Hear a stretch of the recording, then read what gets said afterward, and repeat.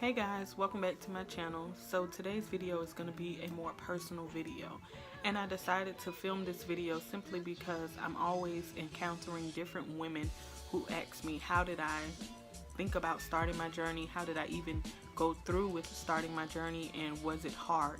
So by the end of this video, I hope it helps you or anybody else that has been possibly thinking about starting the natural journey, and knowing that you can do anything that you put your mind to, and don't let anyone stop you from doing something that you simply want to do, because in the end it'll only benefit you and yourself only.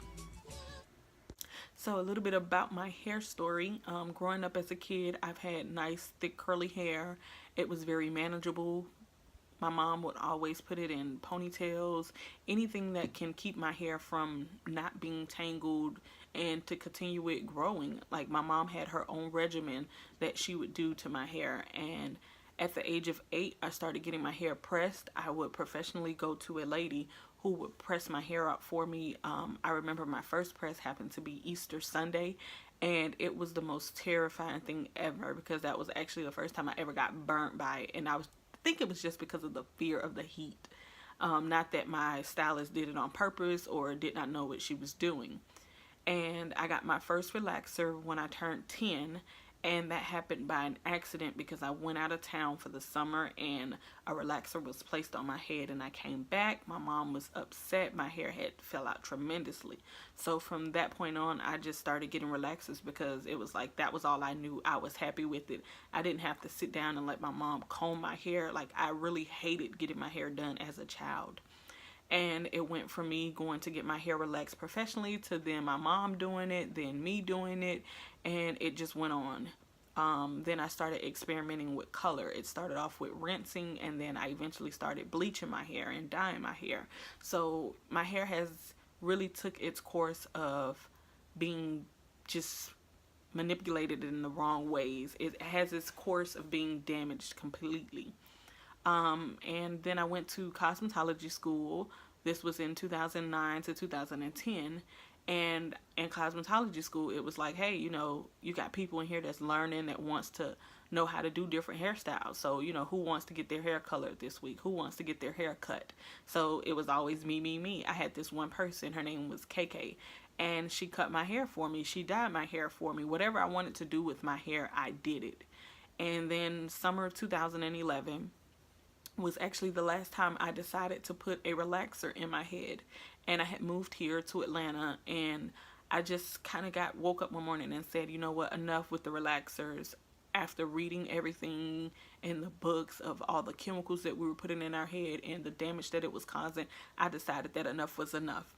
So I then turned to flat ironing my hair, and again I just felt that my hair should not be puffy at the roots. My hair should be bone straight, because that's when I can see it blowing. I can see how it's growing. So I would get up every morning before work and put the flat iron to my hair. Sometimes I would go every 2 days and then flat iron my hair. And then I eventually realized that my hair wasn't growing at that point, so I thought, okay, now what? And I had a couple of people. One happened to be a friend of the family and one of my high school teachers who wore their hair natural. And I went, wow, why can't I do that?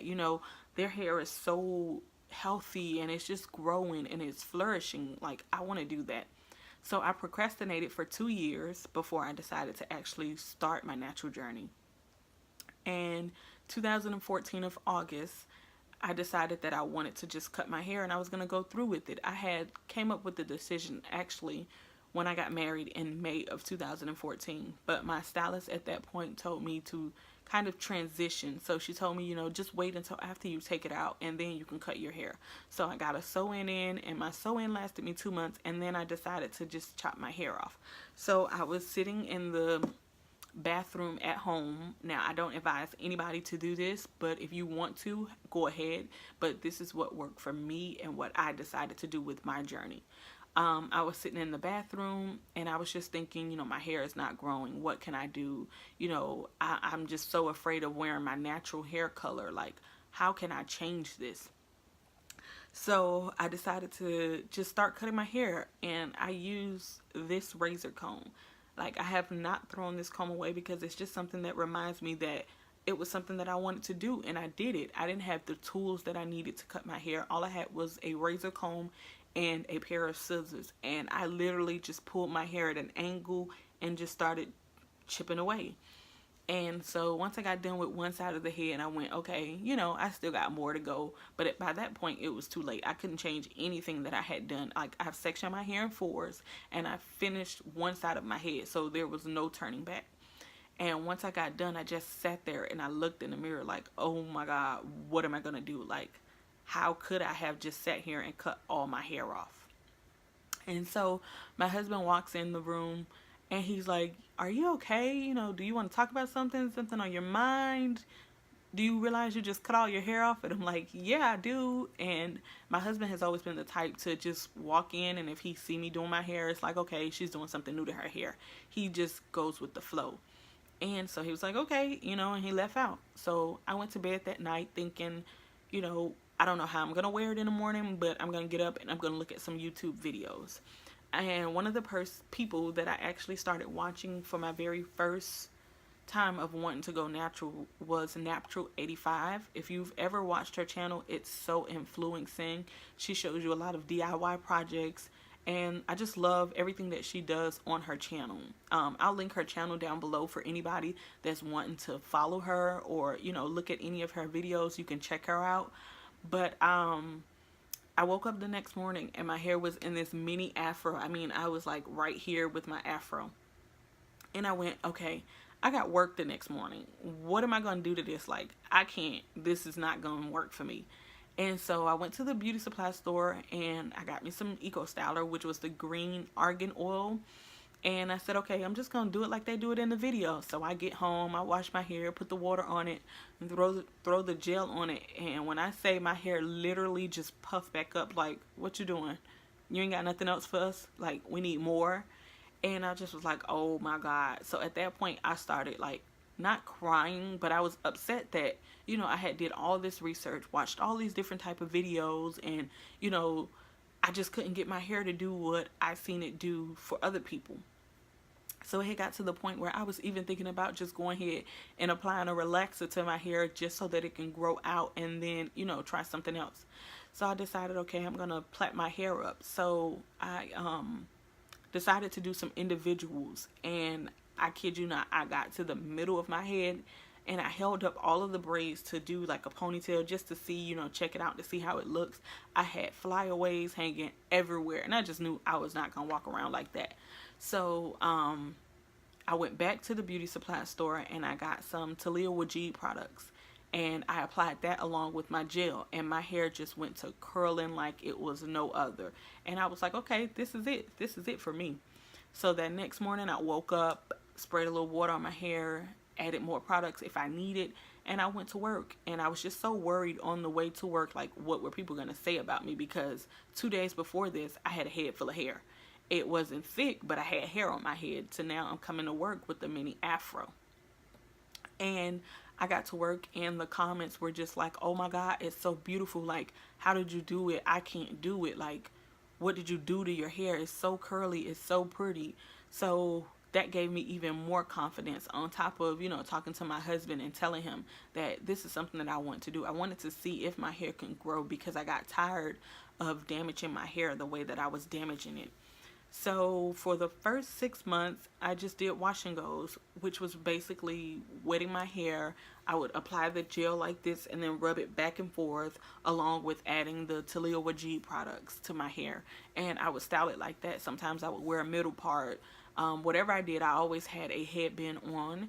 And then when I got to the point where I could actually start twisting up my hair, I graduated to using the Shea Moisture products. And at this time, Shea Moisture was like selling like crazy. And one of the lines that happened to be my favorite was the coconut hibiscus line. It was for thick and curly hair. Now, again, I didn't have thick hair, but I knew I had curly hair. So I decided to try those, and I actually fell in love with those products. I would buy them all the time. When Walgreens had them on sale for buy one, get one free. And so I would cut out little coupons out of the Sunday paper that would be like $1 off or $2 off. So sometimes I got 2 products for maybe $9 or $10, where they're usually like $9 a piece. And so I would just rack up on products. I used their conditioner, their shampoo. I used the curling smoothie. I even tried the gel souffle, which I absolutely hated it, that I ended up giving it away. So my main three products from that line was the curl smoothie, the conditioner, and the shampoo. Now, my hair just grew tremendously the first year. My hair was just growing so much that I was just so excited. Like, I had before pictures, and that just helped the process along. Like, when you start your journey, whatever journey it may be, weight loss, hair journey, whatever it is, you always want to take a before picture, and then you take pictures throughout the process, because that helps you and that gives you that extra push. No matter what the naysayers may say or people that's talking bad about you, as long as you have those old pictures to go back and look at, that kind of gives you that push to keep going. So some of the things that I did in order for my hair to grow was I would wash my hair every week using the Herbal Essence conditioner. I never shampooed, but once a month, because shampooing strips your hair of the natural oils that your hair naturally gives off. So I only shampooed once a month. My very first DIY protein treatment was bananas, eggs, honey, and olive oil, and coconut milk. And oh my God, I hated that protein treatment because I literally was combing out bananas out of my head for 2 days straight. Like, no matter how much you blend bananas, it was just like I would comb my hair and there go a piece of banana. And it's like, I don't wash my hair already. Like, why am I still combing out bananas? And then the very next one I tried happened to be the egg, mayo, olive oil method, which I really hate. Like, I don't recommend anyone to try it. It's good and everything, but you have to just be still. And I can't be still on wash days. I like to move around and get other things done. So with the egg DIY protein treatment, it would just drip all down my neck. I would have bags and towels all around the house full of that stuff. And so then the one that I actually like and I still use today was the avocado method. And that was just the avocado, an egg, your olive oil, and your water, blend it up, apply it, and, you know, just put a shower cap on and walk around the house. So that was something that I really enjoyed doing to my hair. And then I would do those treatments once a month. I didn't trim my ends for 2 years, and I decided to trim my ends in December of 2016. So that was 2 years of not trimming my ends, but keeping up with a regimen. I decided that at that point I wanted to apply a little bit of heat because I had started watching videos of how to revert your hair back after using heat. And I figured that, okay, this is nothing. I can try the heat. My hair is long. I want to see how long it actually is. My hair was in the middle of my back when I flat ironed my hair, and I wore it like that for about 2 weeks. Now, out of that 2 weeks, I can tell you I flat ironed my hair at least 5 times, which was very hard on my head. No matter that the temperature was light, my hair just did not take well to it. So I decided to wash my hair and hoping that I would get my curls back. I washed my hair and literally it just looked like trash. Like, all of the ends of my hair was just straight. The root, it was only the root that was still curly, but everything else from like here on down was just damaged. So I looked at videos and I tried different methods. I did deep conditioning every week. I did protein treatments on a regular. I did the beer rinses. I did protective styling. Nothing would change my hair to getting where it was. So I decided in September of 2017 to chop my hair off and start over. And this is where I'm at now. And I'm a month away from being a year as to starting my journey over. And when I first started my journey, my hair was here of September of last year. So this is the amount of growth that I have gotten, and I'm almost at my year mark. So our hair do grow. It does what we want it to do if we let it do it. And I say that to say, don't let anyone tell you that your hair is not going to grow because you're not putting any chemicals to it or you're not putting any weave in it. I never put weave in my hair until I started protective styling when I did the heat damage. But those 2 years prior to that heat damage phase, I didn't use any kind of protective styling. No wigs, no plaits. I simply just wore my hair, and I didn't manipulate my hair as much as other people manipulate their hairs. It would go from sometimes, like on my off days, I would wear my hair like this. I would twist it up and wear it like this, and then get up for work and untwist it and go. I just let my hair flourish on its own. I didn't bother with it as much as we bother with it when we add chemicals or we're adding heat to our hair. And if anybody asks me now, would I change my decision? The answer would be no, because I'm actually know what my hair is. I know what my hair likes. Like, I can do my hair on my own. I don't need anybody to help me do my hair. And don't let people tell you, oh, the products are too expensive. Yeah, they have expensive products out there, but the same products you can find cheaper that can give you the same results, why not use them? I didn't become a product junkie, so you don't have to become a product junkie. The first year and a half, I used Shea Moisture products and a little of Taliah Waajid products. After that, I graduated to the Camille Rose natural line, and I used those products. And when I cut my hair back in September of this time around, my hair does not like Shea Moisture, so I don't buy Shea Moisture anymore. I graduated on to using the Maui Moisture line and Bella's hair curls. So I'm trying my way out and trying to find new products to try, but I'm not in a rush to try any of these products. I simply work with what I can afford to spend. I don't make it like I have to have these products. Camille Rose is a expensive brand, but for that product, I get a lot of my money's worth out of it. So I don't mind spending it, but I don't have to go out and spend $50 to $60 on products just to get the same results that I can get with $10 products. So you don't have to become a product junkie. You don't have to listen to people and buy exactly what they're buying for their hair, because what may works for their hair may not works for your hair. So start off small and try little small lines before you graduate into the big lines. But at the end of the day, you are the determined factor of your hair. If you want to try your natural journey, go ahead. Try your natural journey. Don't be afraid. Change is always good, and sometimes change is for the better. Like, if I had known this years ago, I would have been started my journey. I think my supporters who pushed me and told me, you can do it. Don't worry about it. Don't give up. Keep going. And then once I seen the growth, it was like, wow. I mean, I got 2 friends to start their natural journey. I got my mom to start her natural journey. So it's so much out there that you can do. Don't ever let anyone tell you you can't accomplish anything. Don't go with the, oh, my head is too big, my head is too small. Well, how am I going to style my hair? Because now with the platform of YouTube, there is so much out there that you can find. And that was one of the reasons why I wanted to start my channel, because I had been through a trial and error phase. And so I said, this time around, let me record it. I get questions every day when I post pictures on my social media. How did you do this? What did you use? Teach me how to do it. So why not just go ahead and share with those who always wanting to know, what I do. I don't keep secrets from people who ask me about my hair.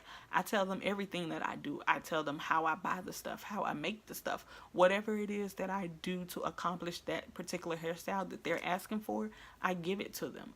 So all in all, I hope that, if you are wanting to start your journey, that you go ahead and you start your journey. Don't let anyone tell you otherwise. If you guys enjoyed this video, don't forget to comment, like, and subscribe. And I hope to see you guys in the next one. Bye.